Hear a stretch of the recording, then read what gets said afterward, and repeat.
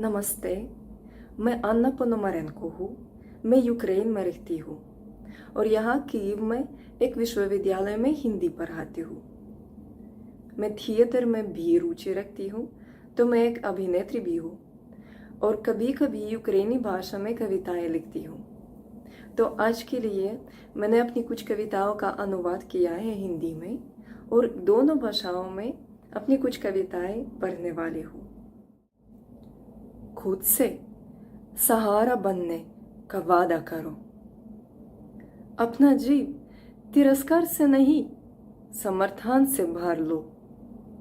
अपना जीव तिरस्कार से नहीं, समर्थन से भर लो। अपने लिए मित्र, पिता और सलाहकार बनो। बाहर से किसी की तलाश करने के लिए समय बाकी नहीं है। बाहर से किसी की तलाश करने के लिए समय बाकी नहीं है।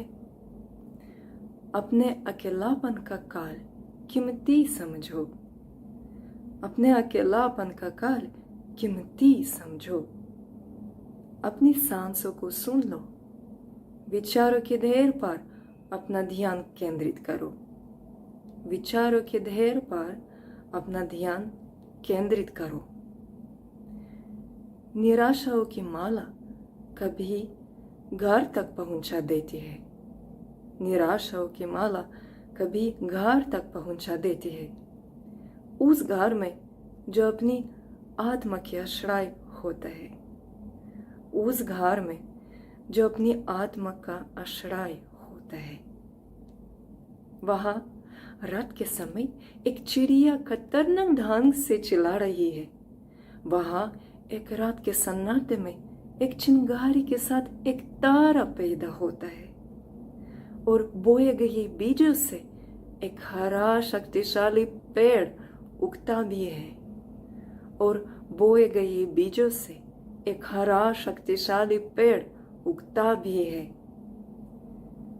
अति प्रवाह में विचार जीने की इच्छा देते हैं, आगे बढ़ने की इच्छा, धन्यवाद देने, प्यार करने और सृजन करने की भी। सन्नाटे में अपने आप से परिचय लेना अच्छा लगता है। सन्नाटे में अपने आप से परिचय लेना अच्छा लगता है, लेकिन और अधिक खुद को जानने के लिए हमें दूसरों लोगों की जरूरत भी है। लेकिन और अधिक खुद को जानने के लिए हमें दूसरे लोगों की जरूरत भी है। फिर दूसरी कविता मेरे मन में आई जब मैं नौकरी से घर वापस जा रही थी।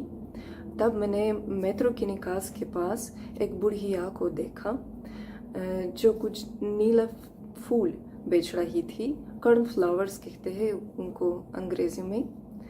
और ये फूल उनकी आंखों के रंग की तरह थे। तो ये दृश्य मुझ पर बड़ा प्रभाव डाला। पहले यूक्रेनी में पढ़ूंगी।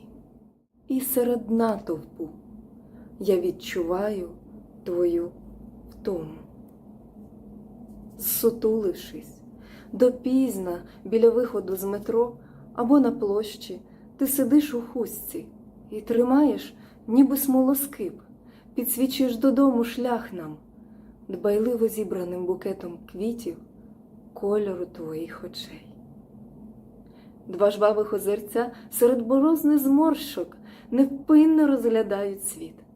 З цікавістю, то ніби випадають і своє щось згадують.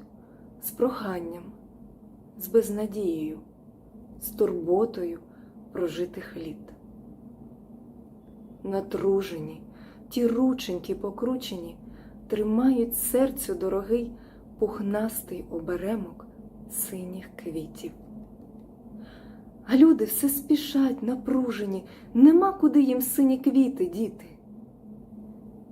Волошки, як твоє волосся, не в'януть, лише вицвітають, рівнесенько стоять на ножках до самої сивини.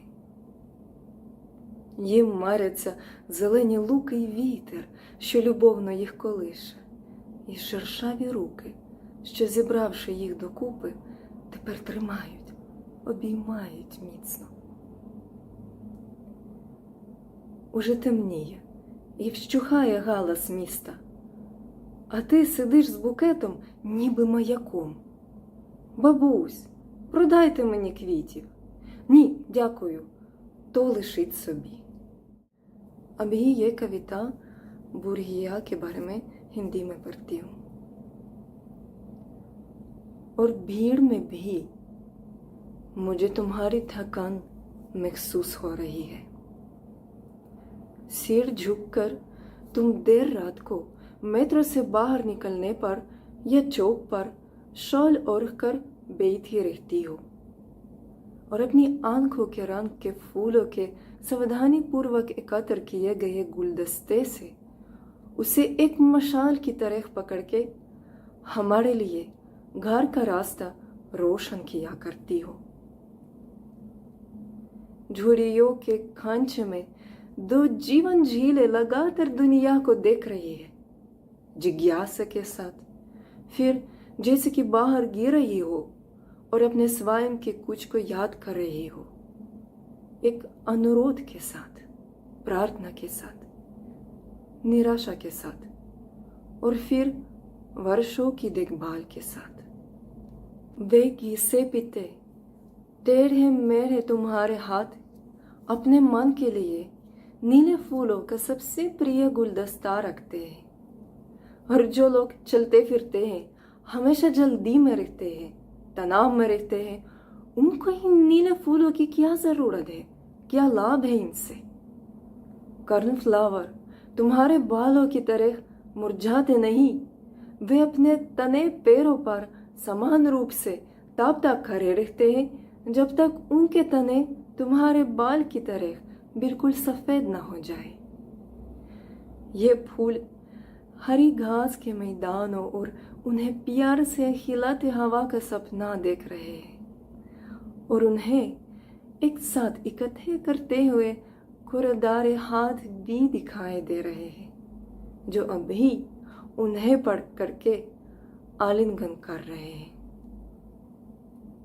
अंधेरा हो रहा है और शहर का शोर काम हो रहा है और तुम ये नीला गुलदस्ता पकड़ के प्रकाश स्तंभ की तरह अकेले बैठी रहती हो। आंटी जी, मुझे ये नीला गुलदस्ता बेच दीजिए। नहीं, वे छूटे पैसे अपने पास रखना। मैं प्रकृति में घूमना ज्यादा पसंद करती हूँ, इसलिए मेरी कविताओं के संग्रह में कुछ कविताएं होती हैं जो पेड़ों से, जंगल से संबंधित है।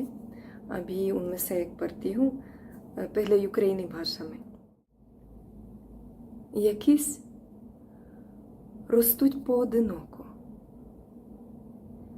а хтось, сплітаючи з гіллям, утворює собі родину з тоненькою лозою, немовлям. Паруються, чіпляються стволами, у верховітті гомонить. Скидають листя, омиваються снігами, і під ногами шурхотить. Хотілося б рости, як дерево, усе приймать і більше віддавать. Стояти непорушно чи із вітром танцювати, розкинувши долоні в небо, всесвіт обіймать. अभी हिंदी में। कुछ अकेले ही उगते हैं और कुछ अपनी शाखाएं जोड़कर एक परिवार बनाते हैं, एक पतली बच्ची पैदा करके। कुछ अकेले ही उगते हैं और कुछ अपनी शाखाएं जोड़कर एक परिवार बनाते हैं, एक पतली बच्ची पैदा करके। जोड़ा बनाते हैं, एक दूसरे के तने बाहों में लेते हैं और आपस में खुसुर फुसुर करते हैं। जोड़ा बनाकर एक दूसरे के तने बाहों में लेते हैं और आपस में खुसुर फुसुर करते हैं। वे पत्ते गिरा देते हैं, बारिश से धुल जाते हैं और उनके नीचे सरसराहट होती है। वे पत्ते गिरा देते हैं, बारिश से धुल जाते हैं और उनके नीचे सरसराहट होती है। मैं एक पेड़ की तरह बढ़ना चाहती हूँ, सब कुछ स्वीकार करना और इससे ज्यादा वापस देना। गतिहीन खड़े रहना या हवा के साथ नृत्य करना, अपनी हथेलियां आकाश की ओर फैलाकर मैं ब्रह्मांड को गले लगाना चाहती हूँ। गतिहीन खड़े रहना या हवा के साथ नृत्य करना, अपनी हथेलियां आकाश की ओर फैलाकर मैं ब्रह्मांड को गले लगाना चाहती हूँ। मैं एक पेचवर्क कंबल सिल दूं अपने जीवन के प्रसंगों से। यहाँ गहरा नीला है, यहाँ चमकीला बैंगनी है और भूरा, लाल और सभी हरा है। हर टुकड़ा मुझे एक अलग अवधि की याद दिलाएगा। कहीं अंधेरा था तो कहीं उजाला। एक खींच रहा है, दूसरा कहीं किनारे पर है। हर एक अधिक विविध, समृद्ध, जीवंत कैनवास बुनता है। मेरे जीवन के टुकड़ों का एक बहुत गर्म, हल्का और विशाल कंबल है ये। मैं अपने आप को इसमें बहुत आराम से लपेट लेती हूँ और शाम उजली हो जाएगी और मन खुश हो जाएगा। ध्यान देने के लिए आपको बहुत बहुत धन्यवाद।